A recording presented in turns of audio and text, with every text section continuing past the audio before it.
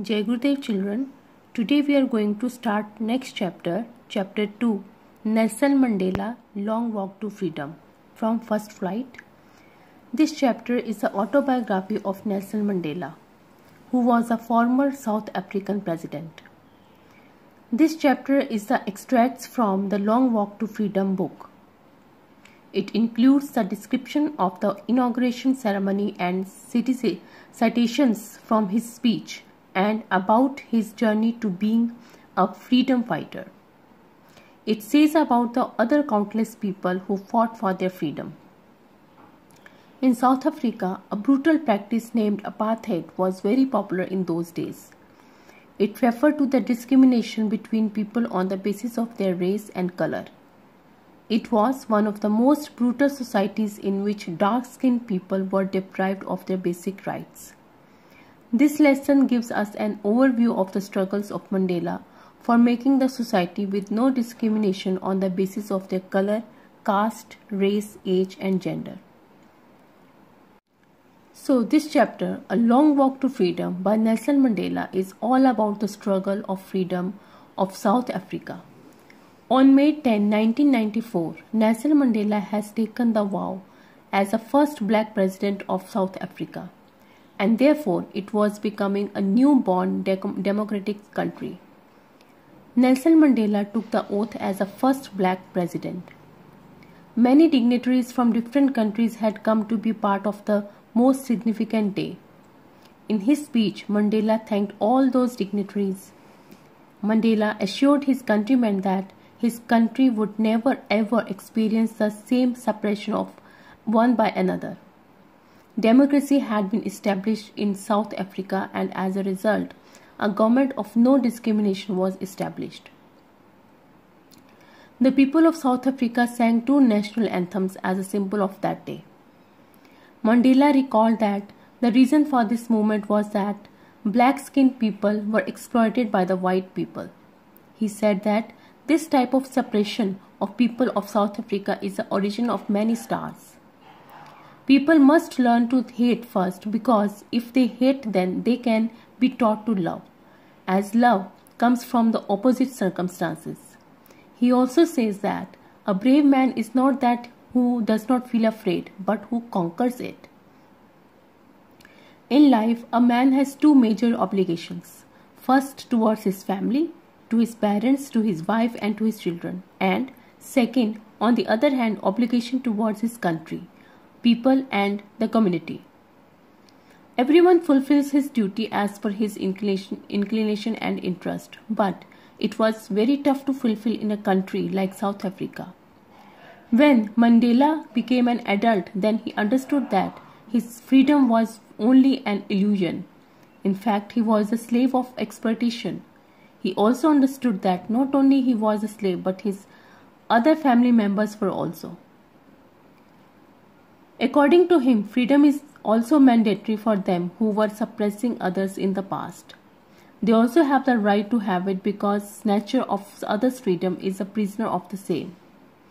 Thus, the oppressor is as much as prisoner as the oppressed. The oppressor too is not free. So, the brave man is not the one who does not feel afraid, but he is the one who conquers that fear.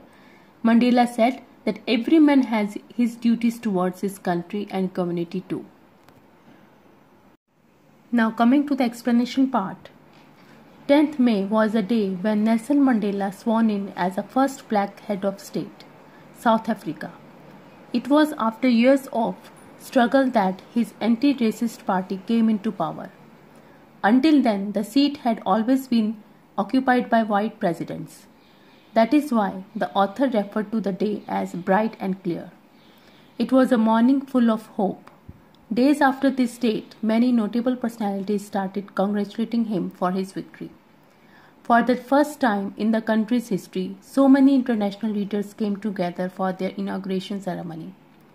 The ceremony took place in an open circular building made of sandstone, consisting of union buildings in the Pretoria city.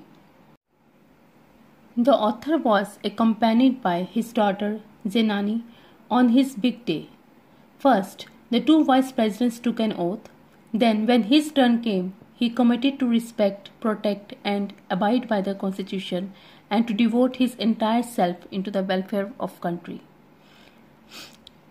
The author also mentions some part of his speech where he said that everyone by his presence was giving rise to hope for a new beginning. Previous rulers were discriminatory and lasted for long, but the ones who are given the opportunity to rule now would stand up against discrimination.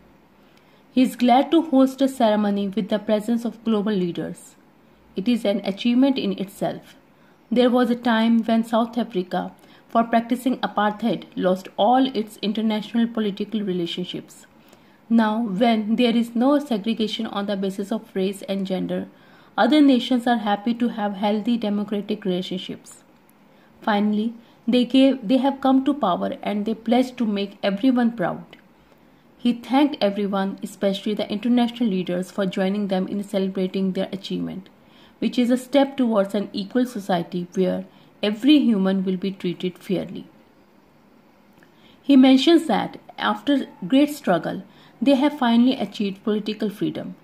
His government promised to free everyone of the still existing poverty, hardship, and inequalities of all kinds, along with assuring everyone of a country where no community will be considered inferior. He then exclaims that freedom should rule and may God shower his blessings on their land. Just after the newly elected president's address to the audience, an impressive arrangement of fighter jets, helicopters, and soldier transporters raised everyone's heads up in the sky. It symbolized perfection as well as military's respect and obedience towards a free country. The high commanders who have won medals for their bravery also saluted and promised their loyalty. Mandela mentions that he was well aware that these commanders who were now saluting him would have arrested him under the previous rule, as during the oppressive white supremacy he was considered to be a criminal. The air show finally ended by making of the South African flag in the sky from smoke beneath the jets. The author remembers the day as a playing of two national anthems of the country, one of the whites and the other that of the blacks. On that day, no one knew the wordings of the anthem of the blacks, but Mandela was confident that everyone would soon learn this anthem that they once hated. On the day of inaugural ceremony, the author was remembering the days of past when this whole system of apartheid emerged. It resulted in inequality and inferior treatment of dark-skinned people. They were deprived of their basic fundamental rights. As a result, one of the world's most brutal and inhumane society was born. This began even before he was born. This system created an atmosphere of extreme cruelty and injustice for a particular part of the community. Now, when he is in the 8th decade as a man, he, along with countless others, have changed this entire system that treats humans as humans irrespective of their color, caste, gender, or age. This equal and free country was a result of sacrifices of countless other men and women who have fought all their lives for this day. The author wishes if he could thank them all, but unfortunately they didn't live to see the result of their courage. Nelson Mandela gathered his courage and power from all these people and thus wishes to make them proud. The operation policy scarred many people and it will take a long time for them to move on. The author mentions that this hard time had its negative impacts, but it also exposed a lot of strong and courageous men who stood up and raised their voice. Thus, it required that level of unjust treatment to produce such great heroes. South Africa, he says, is rich in minerals and gems, but its greatest strength lies in its people. Nelson Mandela gained his strength to stand against the wrong from all the great nationalists who mentioned above, who have even risked their lives for freedom and tolerated ill treatment. but never stopped fighting. He learned that courage did not mean the absence of fear, but the ability to overcome fear. The man who overcomes his fear is called brave. One is taught by its society to hate humans because of their skin, color, age, gender, and religion. No one is inborn with hatred. The author's idea is that if people can be taught hatred, they can also be taught love and brotherhood. In their most testing times in prisons, when they were being treated brutally, Mandela would see a pinch of humanity and kindness in one of the guards, and that was enough to keep him going. He believes that goodness in human beings can be suppressed but never eliminated. According to the author, every human being has its responsibility towards the family and as well as the society. Generally, under normal circumstances, a person can maintain the balance between the two, but in countries like South Africa, it was never so easy.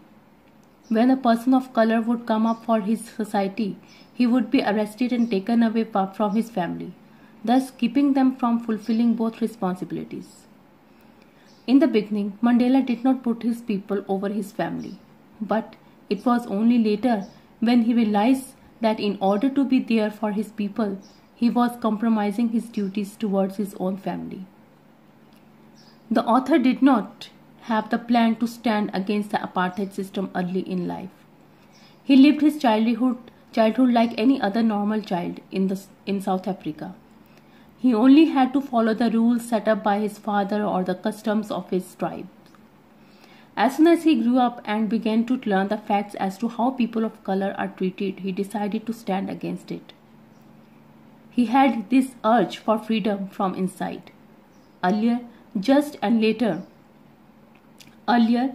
for himself, and later for having a basic life, not just for himself but for everyone. In Johannesburg, they had to struggle for having a peaceful marriage, family, and basic amenities which everyone has access to where law and order exists. Nelson Mandela joined the African National Congress when he realized it is not only him whose basic rights were snatched away, but of all those who looked like him. He had this fire inside him to free his people from the injustice.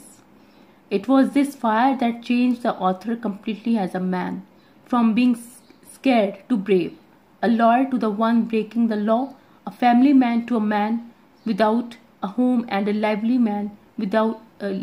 man into being a monk.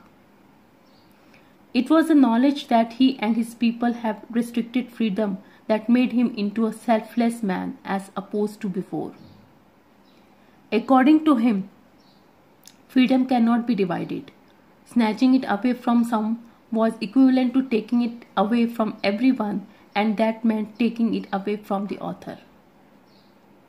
He mentions that need to free the oppressor is as high as that of the oppressed, because the oppressor is bounded by the shackles of hatred. He has the weight of all the people who he has tormented, for he carries the curses of all their families. For taking away someone else's freedom and making them a prisoner, he becomes a prisoner of biasness. Thus, he is robbed of his humanity and need to be freed. So children, this chapter pays tribute to those black heroes and patriots who waged a relentless struggle against the apartheid or the racist regime of South Africa. Here we find a description of the inauguration ceremony held in the Union buildings, attended by politicians and dignitaries from more than 140 countries. Nelson Mandela gives a message of peace and unity of mankind. He foresees a new regime which will be based on the equality of men and women. He hopes that in the new regime there will be no exploitation of man by man. There will be no room for racialism and segregation in the new order.